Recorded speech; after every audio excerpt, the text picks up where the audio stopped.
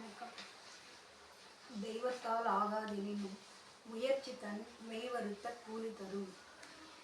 கிரிவலம் செல்வதும் பாத யாத்திரை செய்வதும் இன்னும் பல நாம் தெய்வத்திற்கு செய்யும் தொண்டு இவை அனைத்தும் வீண் போகாது. திருக்குறளுக்கு 9 பேர் உரை எழுதினார்கள்.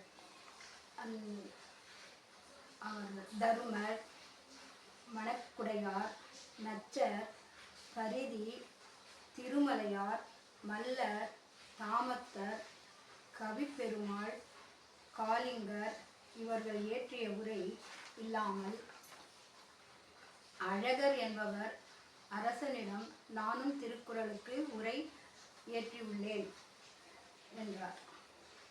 அரசர் என்பவர் கோவில் அர்ச்சகராக இருந்தவர். அதனால் அரசன் இதை குறைவாக மதிப்பிட்டு, உன் உரையை இந்த நெருப்பு ஜுவாலையில் உள்ள பரணையின் மீது அமர்ந்து கொண்டு உன் உரையை கூறினால் நாம் ஏற்றுக்கொள்வோம் என்றார்.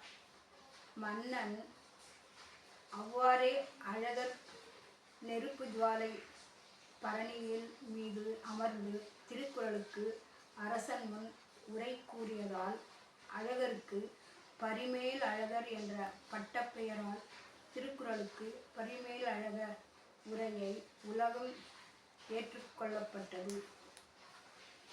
வாழ்க வளமுடன்.